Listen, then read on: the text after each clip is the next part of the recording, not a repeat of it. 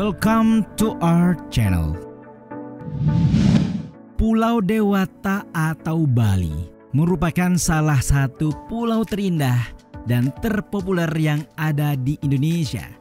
Pulau yang dijuluki sebagai Pulau Seribu Pura ini telah lama menjadi salah satu destinasi wisata unggulan. Fakta tersebut membuat mobilitas Pulau Bali cukup tinggi, terlebih bagi masyarakat dari Pulau Jawa. Terutama di Pelabuhan Ketapang, Banyuwangi, akan selalu dipadati dengan orang-orang yang hendak ke Bali.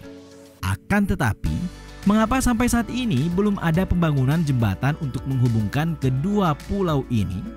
Padahal hampir sama seperti Pulau Madura, jarak antara Pulau Bali dan Jawa cukup dekat, yakni sekitaran 5 km saja. Sementara seperti yang kita lihat dan ketahui, Pulau Madura dan Pulau Jawa telah terhubung dengan keberadaan Jembatan Suramadu, jembatan terpanjang di Indonesia saat ini.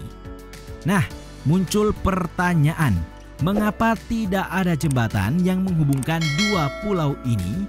Simak jawabannya sesaat lagi.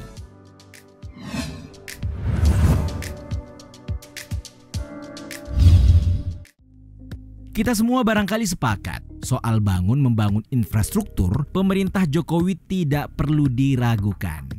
Jangankan jembatan yang hanya beberapa meter saja, berbagai infrastruktur super megah seperti bandara, tol layang, hingga ibu kota negara adalah sedikit dari serangkaian karya-karya dari rezim ini. Melihat kenyataan yang ada, akses menuju Bali dari Jawa hanya bisa ditempuh lewat jalur laut dan udara. Padahal setiap harinya, jumlah kendaraan baik mobil ataupun motor yang melewati Selat Bali sangat membludak. Bisa dibayangkan bagaimana bila sebuah jembatan dibangun, lalu lalang manusia di kedua pulau ini akan menjadi sangat mobile. Bandara dan pelabuhan tidak akan sesibuk dan sepadat hari ini. Akan tetapi, setelah ditelusuri lebih lanjut, faktanya menghubungkan Pulau Bali dan Jawa tidak semudah dan sesederhana logika rezim ini. Bukan perkara semata-mata pemerintah yang tidak mau atau tidak mampu, melainkan terdapat faktor yang cukup kompleks di baliknya.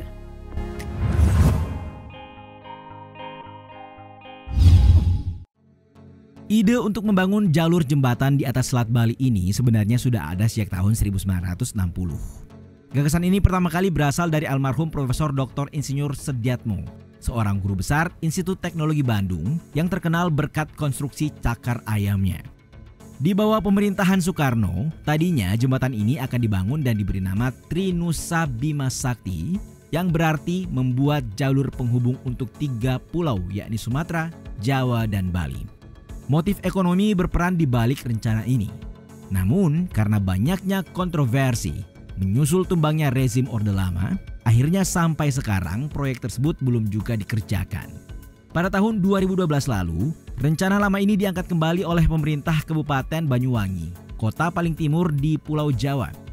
Pembangunannya akan dimulai dari Desa Ketapang, Kabupaten Banyuwangi, Jawa Timur hingga ke Gilimanuk, Kabupaten Jembrana, Bali. Bali iNews menyebut, hal tersebut ditengarai meningkatnya kendaraan yang menyeberangi Selat Bali pada 3 tahun terakhir yang dianggapnya sangat tinggi. Ya, banyaknya kendaraan yang melintas tersebut dianggap tidak sebanding dengan jumlah kapal dan dermaga yang tersedia. Terlebih, banyak kapal yang mengalami kecelakaan, seperti misalnya kapal Ravelia 2 yang tenggelam di Selat Bali. Maka dari itu, adanya jembatan yang menghubungkan Jawa dan Bali diyakini dapat menjadi jalur alternatif yang lebih aman dan cepat. Singkatnya, sektor ekonomi kedua pulau juga akan meningkat pesat.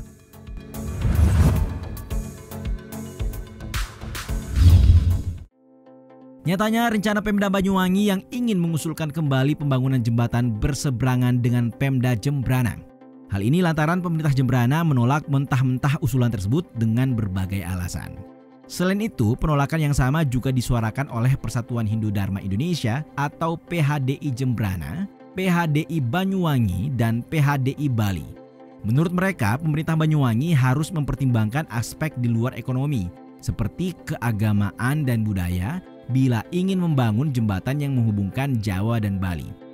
Apalagi yang sebenarnya dianggap lebih mendesak bukanlah pembangunan jembatan, melainkan infrastruktur jalan dan pasar Gilimanuk yang utama. Lebih jauh, sejak dahulu kala, masyarakat Bali dikenal sangat menghormati sejarah dan mitologi Hindu di Bali. Salah satu dalam mitologi Hindu menyebut Selat Bali. Dalam tulisan yang dipublikasikan The Asian Parent, disebutkan bahwa Sang Danghyang Siddhimantra memang sengaja memisahkan Pulau Bali dan Pulau Jawa dengan laut di antaranya sebagai pemisah. Secara skala dan niskala, Jawa dan Bali sengaja dipisahkan demi menjaga banyak kebaikan. Ya, laut di Selat Bali yang menjadi pemisah dan pembatas disebut-sebut merupakan filter untuk mencegah hal-hal buruk di luar Bali. Sehingga Pulau Dewata tidak akan terpengaruh hal negatif dan tetap bisa menjadi Bali dengan budayanya yang kuat.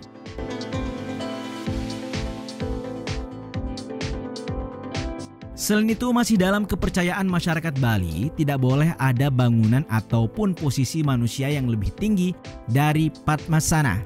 Nah, Padmasana sendiri merupakan tempat sembahyang atau menaruh sesajian pada umat Hindu.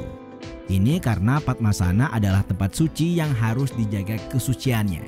Salah satunya dengan menjaga posisi manusia atau bangunan di sekitarnya harus lebih rendah.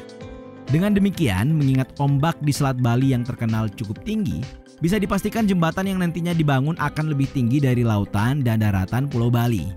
Dan karena jembatannya yang tinggi, maka pasti akan melebihi tinggi dari Padmasana. Nah, hal inilah yang melatar belakangi mengapa pembangunan jembatan yang menghubungkan Pulau Bali dan Jawa ditolak, terutama dari pemerintah dan masyarakat Bali. Nah, tapi apakah hanya ada dua alasan?